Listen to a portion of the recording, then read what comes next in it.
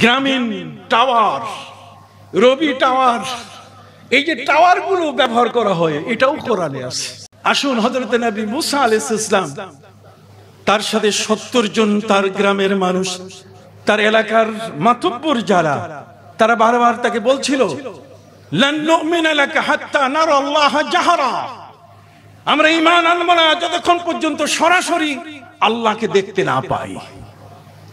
হযরত মুসা আলাইহিস সালাম বললেন যে আমি তো আল্লাহর সাথে কথা বলি, যে কথা বলে সে তো দেখতেও পায়, চলো আমাদেরকে তোমার আল্লাহকে দেখাতে হবে। তিনি বললেন, আল্লাহকে তো ঘরে বসে দেখানো যাবে না, টাওয়ারের কাছে যেতে হবে। আর সেই টাওয়ার হলো তুর পাহাড়। জোরে বলেন, কোথায়? তুর পাহাড়। এই তুর পাহাড়টাকে হিসেব করে পৃথিবীর বিজ্ঞানীরা টাওয়ার তৈরি করেছে। মুসা নবী টাওয়ারের উপরে উঠলে তখন আল্লাহর সাথে তিনি কথা বলেন। সুবহানাল্লাহ বলেন। যে মানুষটি উহুদের ময়দানে আমার প্যারা নবী সাল্লাল্লাহু আলাইহি ওয়াসাল্লামের দান্দান মোবারকে তীর মেরেছিল, এর নাম হলো আব্দুল্লাহ ইবনে কামা। আল্লাহ পাক রব্বুল আলামিন তাকে ক্ষমা করেন নাই। আজ পর্যন্ত তার বংশের মানুষ মদিনার জমিনে বেঁচে আছে, কিন্তু সেই মানুষটি আমার নবীর দান্দান মোবারকে তীর মারার কারণে আল্লাহ তাআলা এই পৃথিবীতে এমন একটি অভিশাপ তার বংশে তিনি দিয়ে রেখেছেন যে আজ পর্যন্ত ওই ব্যক্তির বংশে কারো দাঁত উঠে না। নবীর দাঁত ফেলে দিয়েছে, প্যারা নবী রাসূল করিম সাল্লাল্লাহু আলাইহি ওয়াসাল্লামের দান শহীদ করে দিয়েছে। আল্লাহ তাআলা ওই পাপিষ্ঠকে যেমন ক্ষমা করেন নাই, তার বংশকেও তিনি ক্ষমা করেন নাই। নবীকে যদি কেউ কষ্ট দেয়, তাহলে সেই কষ্টটির জের শুধু ওই ব্যক্তিতেই সীমাবদ্ধ থাকে না, বরং তার পরিবার, প্রজন্ম এবং তার পরবর্তীতে কিয়ামত পর্যন্ত যারা আসবে তারা ভোগান্তির শিকার হয়। তাদের কপালে কোনোদিন সুখ জুটে না, তাদের কপালে কোনোদিন সুস্থ জীবনে বেঁচে থাকা জুটে না। এই জন্যই আবু লাহাবের স্ত্রী আমার নবীকে কষ্ট দিয়েছে, আল্লাহ তাআলা ছাড়েন নাই। তাব্বাত ইয়াদা আবি লাহাবিন ওয়া তাব সায়াসলা নারান যাতা লাহাবিন ওয়া ইমরাতু, তার স্ত্রী ছাড়েন নাই আল্লাহ। আল্লাহ বলে দিয়েছেন হাম্মালাতুল হাতাব, আমার নবীর সাথে এই পরিবারটি বেয়াদবি করেছে। আবু লাহাব নবীর গায়ে পাথর ছুঁড়েছে, উম্মে জামিল আবু লাহাবের স্ত্রী নবীর পথে কাঁটা দিয়েছে। অতএব আমি আল্লাহ তাদেরকে ছাড়বো না। আল্লাহ বলছেন হাম্মালাতুল হাতাব। আবু লাহাবের করুণ মৃত্যু হলো, তার গায়ের মধ্যে পচন সৃষ্টি হলো, প্লেগ রোগে আক্রান্ত হয়ে এত কঠিন জরাজীর্ণ অবস্থা, গ্রামের মানুষ তাকে গ্রাম থেকে বহু দূরে মরুভূমিতে ফেলে দিয়ে চলে আসলো। মৃত্যুর সময় এক ফোঁটা পানিও মুখে দেওয়ার মতো মানুষ কাছে থাকে নাই। কেন? আমার নবীকে কষ্ট দিয়েছে। সম্মানিত শুধু শুধু তাই নয়, তার স্ত্রী উম্মে জামিলকে আল্লাহ পাক রব্বুল আলামিন ফকিরনির বাচ্চা বানাই দিয়েছেন। অঢেল সম্পদের অধিকারিণী হওয়ার পরও নবীর পথে কাঁটা দেওয়ার কারণে আল্লাহ পাক রব্বুল আলামিন তাকেও ক্ষমা করেন নাই।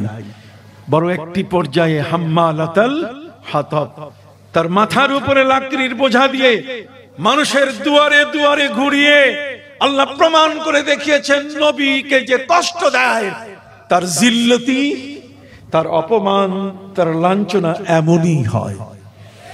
শুধু তাই নয়, বরং আল্লাহ পাক রব্বুল আলামিন তাকে ফাঁসিতে ঝুলিয়েছেন। হাম্মালাতুল হাতাব ফি জিদিহা হাবলুম মিন মাসাদ। নবীকে যারা কষ্ট দিয়েছে তাদেরকে আল্লাহ কখনো ক্ষমা করেন নাই। ঠিক অনুরূপ ভাবে মান আদালি ওয়ালিয়ান ফাকাদ আযানতুহু বিল হারব, যদি কোন ব্যক্তি আমার ওলি, ফকির, দরবেশ, আমার এই ধরনের কোন ব্যক্তির সাথে যদি দুশমনি করে, আল্লাহ বলেন আমি স্বয়ং যুদ্ধে নেমে যাই।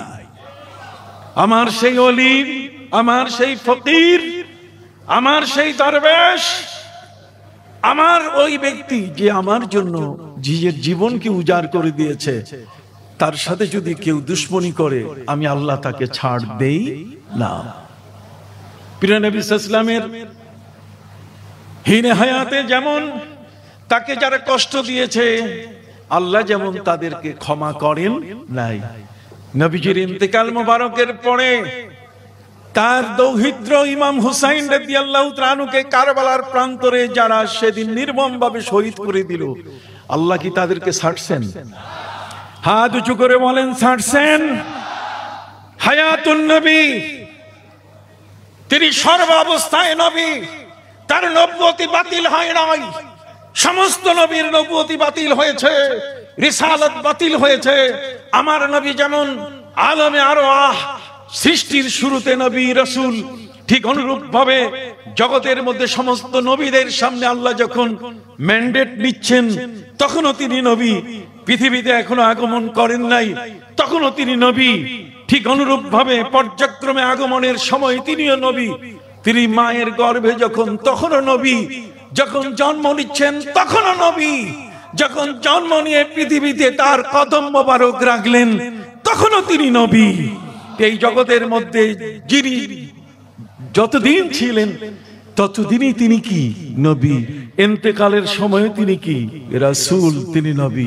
তিনি রওজা মোবারকেও কি রাসূল নবী। তিনি কিয়ামতের ময়দানেও কি রাসূল নবী। তিনি ওই জান্নাতের মধ্যেও রাসূল এবং নবী। তাকে তার নবুয়ত এবং রিসালাত আল্লাহ বাতিল করেন। অতএব সেই জিন্দা নবী ইমাম হুসাইন রাদিয়াল্লাহু তাআলা আনহুকে যারা কারবালার প্রান্তরে আহলে বাইতের ৭২ জন সদস্যকে যারা সেদিন নির্মমভাবে শহীদ করে দিল, এতে কি আমার নবীজি কষ্ট পান নাই? হাত উঁচু করে বলেন পান নাই? আল্লাহ বলছেন লানাহুমুল্লাহু ফিদ দুনিয়া ওয়াল আখিরাহ। এই আয়াতের আলোকে, এই আয়াত এটি কিয়ামত পর্যন্ত পৃথিবীর মানুষের জন্য একটি মেসেজ, যে নবীকে যদি কেউ কষ্ট দেয়, নবীর হায়াত তার পৃথিবীতে অবস্থানকালীন সময়ে যেমন তাকে কষ্ট দিয়ে মানুষ পার পায় নাই, তার ইন্তেকালের পরেও তাকে কষ্ট দিয়ে পার পায় নাই। নির্মম মৃত্যু হয়েছে ইয়াজিদের, নির্মম মৃত্যু হয়েছে উবাইদুল্লাহ বিন জিয়াদ জল্লাদ পুত্র জারজ সন্তানের, নির্মম ভাবে মৃত্যু হয়েছে আমর ইবনে সাদের, নির্মম ভাবে মৃত্যু হয়েছে শিমার জিল জৌশানের। সম্মানিত সুধী, অতএব এই সূত্র ধরে আজকে মিডিয়ার কথা বলতে চাই যে আমার নবী এখনো তিনি রওজা মোবারকে বসে খুশি হন, আবার রওজা মোবারকে বসে এখনো তিনি অখুশি হন। কথা বুঝেন নাই? প্রতি সোমবার আমার নবীর কাছে, প্রতি বৃহস্পতিবার আমার নবীর কাছে উম্মতের আমলনামা পেশ করা হয়। নবীজি বলেন কারো কারো আমলনামা দেখে আমি খুশি হই, আবার কারো উপরে আমি দেখে অবাক হই, তখন আল্লাহর কাছে তার জন্য ক্ষমা চাই। সেই নবী রওজা মোবারকে জিন্দা, নফসিল ফিদাও লিকবরিন সা আনতা সাকিনুহু ওয়া ফীহিল আফাফু ওয়া ফীহিল জুদু ওয়াল কারামু। হে নবী, আপনি আজকে যে রওজায়, সেই রওজা হচ্ছে এমন একটি রওজা যেখানে ক্ষমার আশ্বাস। আমার সুফি বাবা তিনি বলে গেছেন, ওয়ালাউ আন্নাহুম ইযলামু আনফুসাহুম জাউকা, তারা বলুক না, প্রমাণ করুক না যে আয়াতটা মনসুখ হয়ে গেছে, এই আয়াতটা বাতিল হয়ে গেছে, এই আয়াতের কার্যকারিতা আমার নবীর হায়াত পর্যন্ত ছিল, তাহলে তো আকিমুস সালাতের হায়াত, এটারও হুকুম ওই পর্যন্ত থাকবে যে নামাজ কায়েম করো। নবীকে বলা হয়েছে নবী নাই, নামাজও নাই, তাই নাকি? জোরে বলেন, এটা কি হয়? আসুন আপনাদের কাছে এখন আমার মূল বক্তব্যে আমি ফিরে যাই। যেহেতু আন্তর্জাতিক শাহাদাতে কারবালা এটি এমন একটি মাহফিল, যেই শাহাদাতে কারবালার উপরে প্রায় আমি 650 পৃষ্ঠার বই লিখেছি, শাহাদাতে ইমাম হুসাইন সোহাদায়ে কারবালা।